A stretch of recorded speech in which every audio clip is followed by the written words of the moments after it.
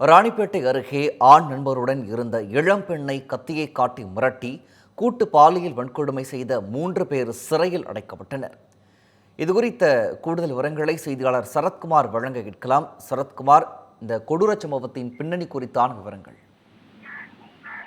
பிரகாஷ், ராணிப்பேட்டை மாவட்டம் சிப்காட் காவல் நிலைய எல்லைக்குட்பட்ட பகுதியாக இருக்கக்கூடியது அவரக்கரை என்ற கிராமம். இந்த கிராமத்தின் அருகே அமைந்திருக்கிறது அரசு தோட்டக்கலை தென்னை வித்து பண்ணையானது அமைந்திருக்கிறது.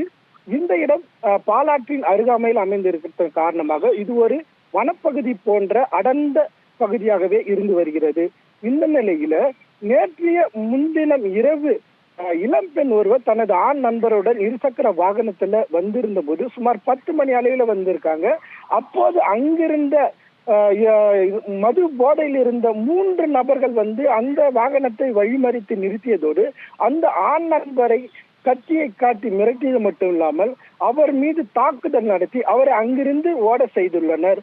இதனை கண்ட அந்த இளம்பெண் பெரும் அச்சத்தோடு தவித்து நின்ற நிலையில் அந்த இளம்பெண்ணிடம் இந்த 3 நபர்களும் கத்தியை காட்டி மிரட்டி அங்கிருந்து சிறியது தூரம் அடர்ந்த பகுதிக்கு அவரை மிரட்டி அழைத்து சென்றுள்ளனர்.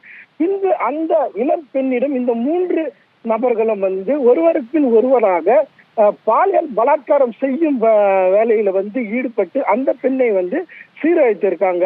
இதனைத் தொடர்ந்து அந்த 3 நபர்களும் அங்கிருந்து சென்ற நிலையில உடல் அளவில் முற்றிலுமாக பாதிக்கப்பட்ட அந்த இளம்பெண் மற்றும் அவருடைய ஆண் நண்பருடன் சேர்ந்து தங்களது உறவினர்களை வரவழைத்து சம்பவ இடத்திற்கு உடனடியாக அன்று இரவே சிப்காட் காவல் நிலையத்திற்கு சென்று நடைபெற்ற பாலியல் பலாத்காரம் சம்பவம் குறித்து புகாரினை அளித்திருக்காங்க. புகாரை பெற்றுக்கொண்ட சிப்காட் காவல்துறையினர் உடனடியாகவே ராணிப்பேட்டை அனைத்து மகளிர் காவல் நிலையத்திற்கு இந்த வழக்கை மாற்றியிருக்காங்க. அதனைத் தொடர்ந்து இந்த வழக்கு விசாரணையானது ராணிப்பேட்டை மாவட்ட காவல் கண்காணிப்பாளர் ஐமல் ஜமான் அவர்களுடைய நேரடி பார்வையில விசாரணையானது ராணிப்பேட்டை காவல் துணை கண்காணிப்பாளர் இமயவரமன் தலைமையிலான காவல்துறையின் மூலம் அன்றிரவே குற்றவாளிகளை தேடும் பணியானது தீவிரமாக நடைபெற்றது. அப்போ அந்த குற்றவாளிகளை தேடும் பணியில் ஈடுபட்ட காவல்துறையினர் சம்பவ இடத்திற்கு சென்று முற்றிலுமாக குற்றவாளிகள் குறித்த தடயங்களை சேகரித்து அங்க இருக்கக்கூடிய அந்த அவரக்கரை கிராம பகுதியை சேர்ந்த சிவராஜ் மற்றும் ராஜா பார்த்திபன் என்ற 3 நபர்களை காவல்துறையினர் அன்றிரவே கைது செஞ்சாங்க. கைது செய்த அந்த 3 நபர்களை காவல்துறையினர் தங்களது தனி அறை ஒன்று எடுத்து கட்டுப்பாட்டில் வைத்து தீவிரமான விசாரணை மேற்கொண்டாங்க.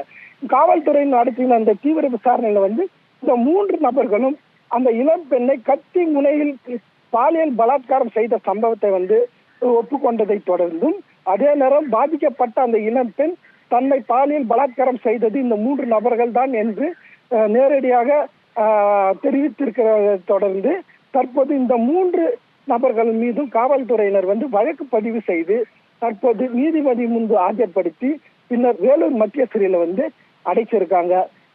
இளம்பெண்ணை இந்த 3 இளைஞர்கள் கத்தி முனையில பாலியல் பலாத்காரம் செய்திருக்கக்கூடிய இந்த சம்பவம் அப்பகுதியில் பெரும் பரபரப்பை ஏற்பட்டிருக்குது. அது மட்டும் இல்லாம நம்ம சொல்லக்கூடிய அந்த அவரக்கரை அந்த தோட்டக்கலை பண்ணை அருகே இருக்கக்கூடிய அந்த பாலாற்று இடைப்பட்ட பகுதியா இருக்கக்கூடியது செங்கால் மேல்விசார மேம்பாலம் அங்க இருக்கிறது. இந்த மேம்பாலம் பார்ப்போம்னா பல்வேறு நாள்தோறுமே இங்க மது பிரியர்களின் கூடாரமாகவே அந்த இடம் இருந்து வருவதாகவும் மேலும் அந்த இடத்துல இந்த போதை மாத்திரைகள் போதை ஊசிகள் பயன்படுத்தும் நபர்களை காவல்துறையினர் அவ்வப்போது கைது செய்யக்கூடிய சூழ்நிலையும் கடந்த காலங்களில் அங்கு இருந்திருக்கிறது.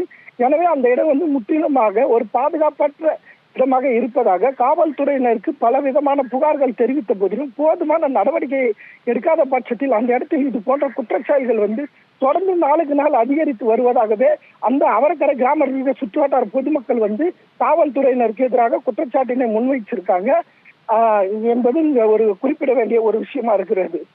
பிரகாஷ், விவரங்களை வழங்கியமைக்கு நன்றி சரத்குமார்.